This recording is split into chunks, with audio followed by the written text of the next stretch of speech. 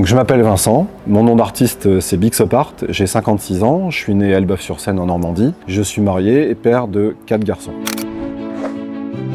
Donc je suis un artiste peintre autodidacte, j'ai commencé à peindre en 2019, donc je n'avais jamais peint jusqu'à cette année-là. Et malgré tout, je suis quand même le fils d'un artiste normand, dont en fait me viennent toutes les inspirations, puisque j'ai accompagné mon père dans beaucoup d'expositions. Je l'ai observé en train de peindre dans son atelier pendant des heures, et finalement je me suis imprégné de sa technique, de sa façon de travailler, de ses inspirations et de tous les mouvements artistiques auxquels il m'a ouvert, c'est-à-dire le pop art, l'hyperréalisme américain. Et c'est ce qui constitue finalement aujourd'hui toutes mes réalisations.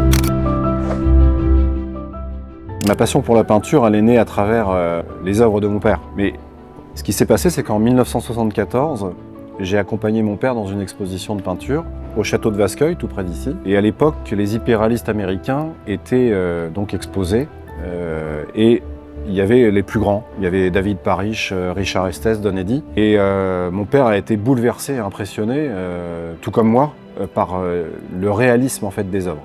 C'est-à-dire qu'il y avait des œuvres qui représentaient par exemple un pare-choc de coccinelle, donc peint sur une toile, et c'était tellement réaliste qu'on aurait presque pu toucher le métal en fait.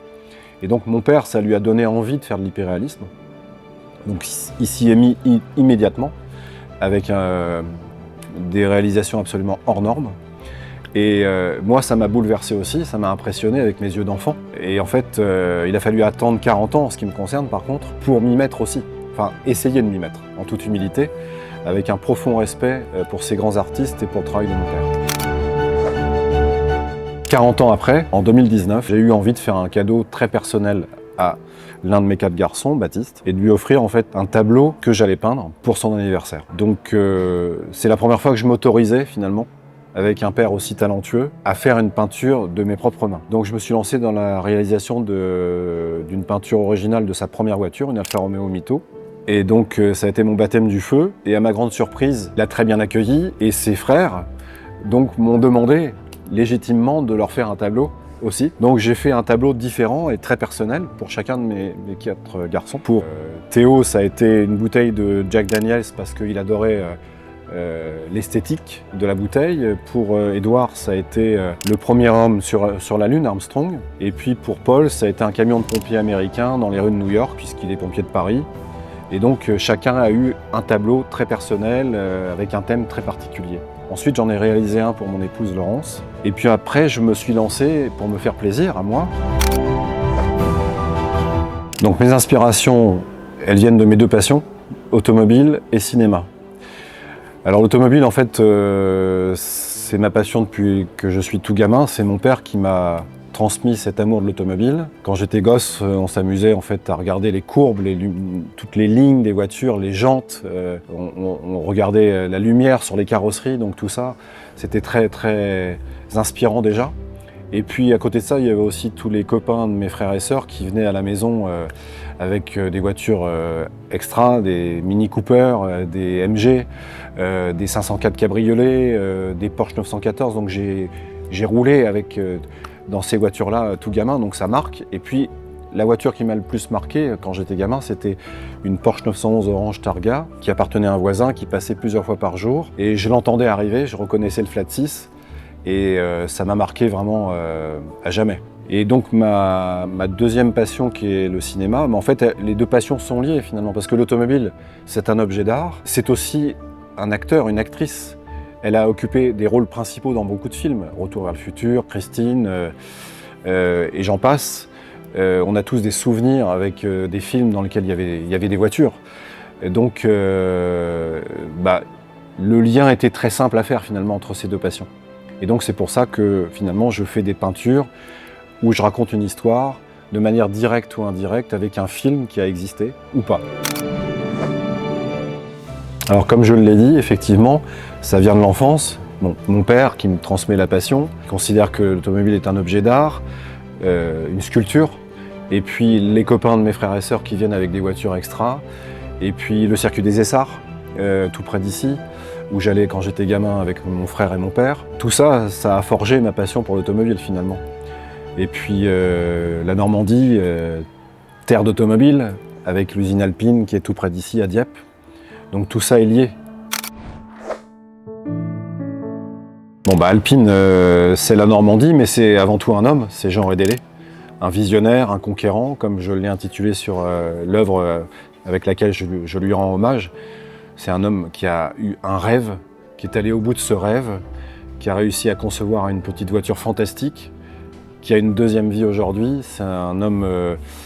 Il faut toujours avoir des rêves, il faut aller au bout de ses rêves. Il est allé au bout de ce rêve. C'est un homme que j'aurais vraiment rêvé de rencontrer. Je pense que tous ceux qui l'ont approché, côtoyé, disent que c'était un homme qui avait une humanité extraordinaire, un visionnaire. Quand on voit effectivement aujourd'hui l'engouement autour des voitures alpines, on se dit que c'est la prolongation de son rêve en fait.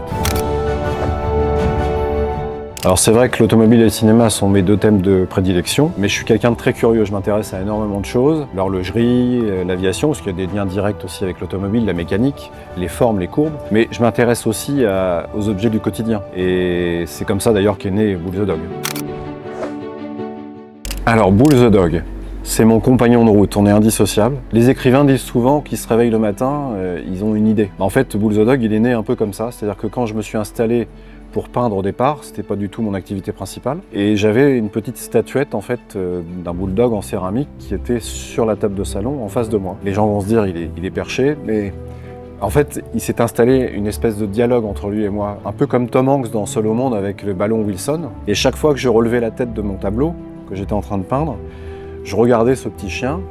Et donc, voilà, il y a cette relation qui s'est installée entre nous. Et puis donc un matin, je me suis réveillé et j'ai annoncé à ma femme et mes enfants que j'allais créer un personnage, Bull the Dog, un petit bulldog multicolore, qui allait avoir les mêmes passions que moi, automobile et cinéma, et qui allait le dire en fait. Et qu'il serait présent sur chacune de mes réalisations. Donc tout le monde m'a regardé avec un grand sourire et en éclatant de rire. Mais j'ai suivi mon idée jusqu'au bout et donc j'ai fait ma première œuvre avec Bull et je l'ai publiée sur Instagram. Et elle a suscité tout de suite un engouement, une réaction qui m'a dit il faut continuer dans ce sens-là. Donc c'était la naissance de Bull. Bah, c'est que des rires, des sourires, ça fait réagir les gens de manière positive. Parce que c'est un petit bulldog de toutes les couleurs, donc c'est gai. C'est ce que je veux en fait. C'est susciter le rire chez les gens, c'est ne pas se prendre au sérieux.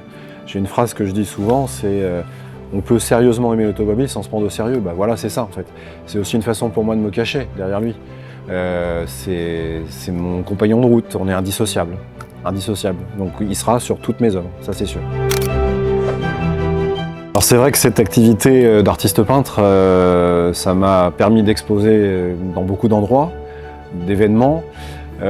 Ça m'a permis de rencontrer aussi des personnalités comme Jean-Pierre Gagic d'Automoto, Jerry Blackberg et Aurélien de Wheeler Dealer, François Alain de Vintage Mécanique.